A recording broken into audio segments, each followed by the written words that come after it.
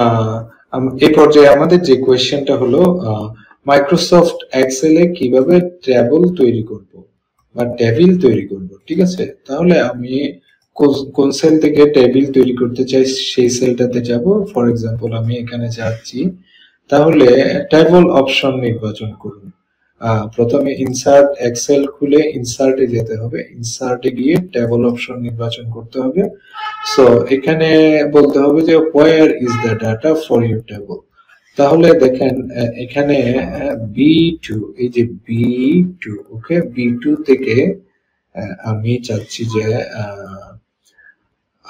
B2 থেকে ধরেন আমি চাচ্ছি যে B2 থেকে ধরেন আমি F2 পর্যন্ত, F2 পর্যন্ত, ঠিক আছে। এটা যদি আমি এভাবে সিলেক্ট করি, ঠিক আছে, ধরেন F2 পর্যন্ত, ওকে।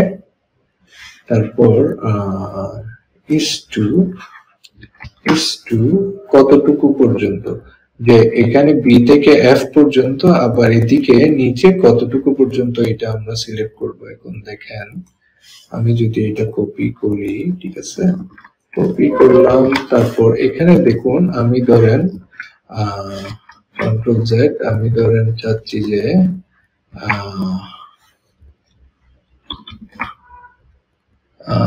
ধরেন আমি এখানে চাচ্ছি যে 20 পর্যন্ত, এবং এফ এর 20 পর্যন্ত আমি চাচ্ছি।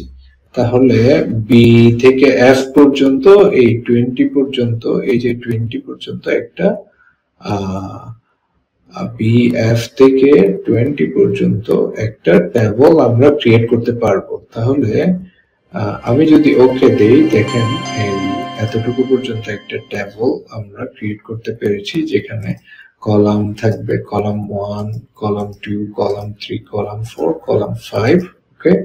সো আপনি যদি এখানে কলাম 1 এ ধরেন একটা ডিফারেন্ট নেম দিই, ধরেন স্টুডেন্ট আইডি, ঠিক আছে, স্টুডেন্ট আইডি হতে পারে, এটা স্টুডেন্ট নেম হতে পারে, স্টুডেন্ট নেম, ঠিক আছে। তারপর এজ হতে পারে, জেন্ডার হতে পারে, ঠিক আছে, বা স্টুডেন্টের GENDER জেন্ডার, স্টুডেন্টের ধরেন কোন ক্লাসে সে পড়ে সেটা হতে পারে, ঠিক আছে। তো এখানে দেখুন বিভিন্ন ধরেন স্টুডেন্ট এর একটা টেবল আমরা এভাবে সাজাতে পারি, ওকে। ফর এক্সাম্পল ধরেন সাইদ স্টুডেন্টের স্টুডেন্ট আইডি হলো 001, স্টুডেন্ট নেম ধরেন স্টুডেন্ট আইডি আমরা 0010101, ঠিক আছে।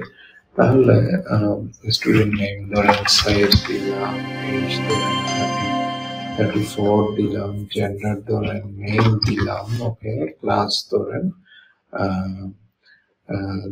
ক্লাস 10 দিলাম, ওকে। তাহলে এখানে দেখুন স্টুডেন্ট আইডি, স্টুডেন্ট নেম, এভাবে আপনি চাইলে আপনার ডেটাগুলো এভাবে সাজাতে পারেন। ধরেন আপনার এখানে 10টা স্টুডেন্ট আছে, সবগুলা স্টুডেন্টের স্টুডেন্ট আইডি থাকবে, নেম থাকবে, এজ থাকবে, ওর জেন্ডার মেল না ফিমেল, উনি কোন ক্লাসে পড়ে, এভাবে আপনি চাইলে একটা টেবল ক্রিয়েট করতে পারেন স্পেসিফিক এই কোয়েশ্চেনের কথাই আমরা বলছি। সো ডিফারেন্ট ওয়েতে আমরা ডিফারেন্ট টেবল তৈরি করতে পারি, কিন্তু স্পেসিফিক এই কোয়েশ্চেনটার বেলায় আমরা যদি টেবল ক্রিয়েট করতে চাই, আমরা এভাবে টেবল ক্রিয়েট করা যেতে পারে, ওকে। আশা করছি বুঝতে পেরেছেন। কোনো কোয়েশ্চেন থাকলে অবশ্যই জিজ্ঞেস করবেন। নেক্সট আরেকটি কোয়েশ্চেন আপনাদের সাথে দেখা হবে খুব শীঘ্রই। সে পর্যন্ত সবাই ভালো থাকুন। আসসালামু আলাইকুম।